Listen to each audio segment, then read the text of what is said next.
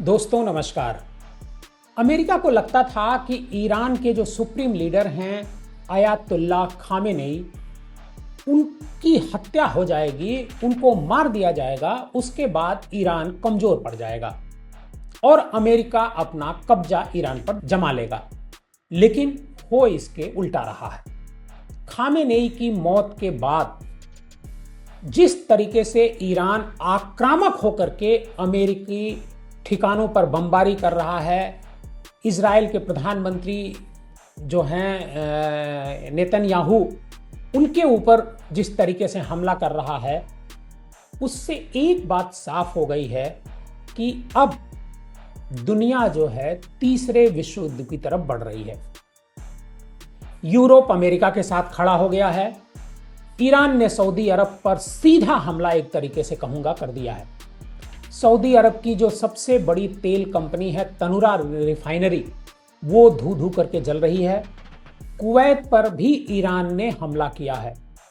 Kuwait में कई विमान अमेरिका के मार गिराए गए हैं और राष्ट्रपति ने स्पष्ट चेतावनी दी है, मतलब ट्रंप ने स्पष्ट तौर पर कहा है कि अगर ईरान रुका नहीं तो वे भी चुप नहीं बैठेंगे। यूएई ने भी ये बात कही है। गल्फ का जो पूरा इलाका है, जो गल्फ कंट्री हैं, वो भी ईरान से खफा हैं और वो चाह रहे हैं कि ईरान हमले रोक दे, लेकिन ईरान है कि वो रुकने का नाम नहीं ले रहा है। तो क्या ये माना जाए कि तीसरे विश्व युद्ध की तरफ जो है पूरी दुनिया बढ़ रही है? हमको याद होगा, आप सबको याद होगा द्वितीय विश्व युद्ध की घटना। 1 सितंबर 1939 में यूरोप से इसकी शुरुआत हुई थी, जब जर्मनी ने पोलैंड पर आक्रमण किया था। ग्रेट ब्रिटेन और फ्रांस ने 3 सितंबर को जर्मनी के खिलाफ युद्ध की घोषणा करके जवाबी कार्रवाई की थी। सोवियत संघ और जर्मनी के बीच युद्ध 22 जून 1941 को ऑपरेशन बाराबोसा के साथ शुरू हुआ, जो जर्मनी पर एक तरीके से सोवियत संघ का सबसे बड़ा आक्रमण था। तो क्या उसी दिशा में हम लोग एक बार फिर बढ़ रहे हैं? इस बीच भारत की तरफ से कहा गया है कि हम शांति के पक्षधर हैं। प्रधानमंत्री नरेंद्र मोदी ने मिडिल ईस्ट में शांति को लेकर के एक आग्रह किया है। जो भी देश आपस में लड़ रहे हैं, मिडिल ईस्ट के जो देश हैं, उनसे शांति की अपील की है।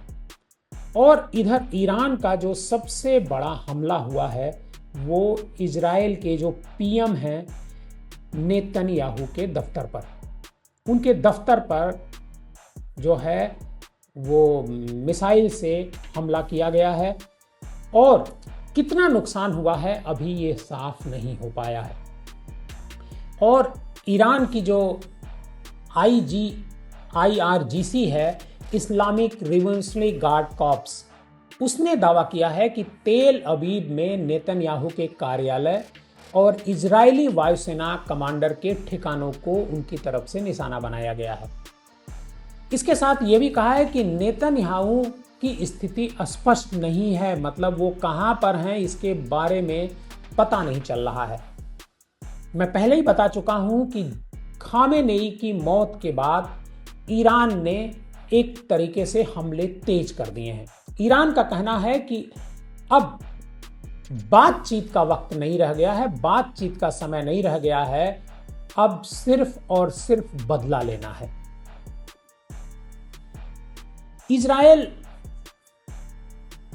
भी हमला कर रहा है, इजराइल का साथ अमेरिका दे रहा है। अमेरिकी विमान भी कई जगह गिरा दिए गए हैं और इसको लेकर के पूरे मिडिल ईस्ट में कहेंगे कि तनाव है। हालांकि जो पीएम नेतन्याहू हैं, उनका जो दफ्तर है, उसने कहा है कि मतलब खारिज किया है कि उसके दफ्तर पर ईरान ने मिसाइल का अटैक किया है।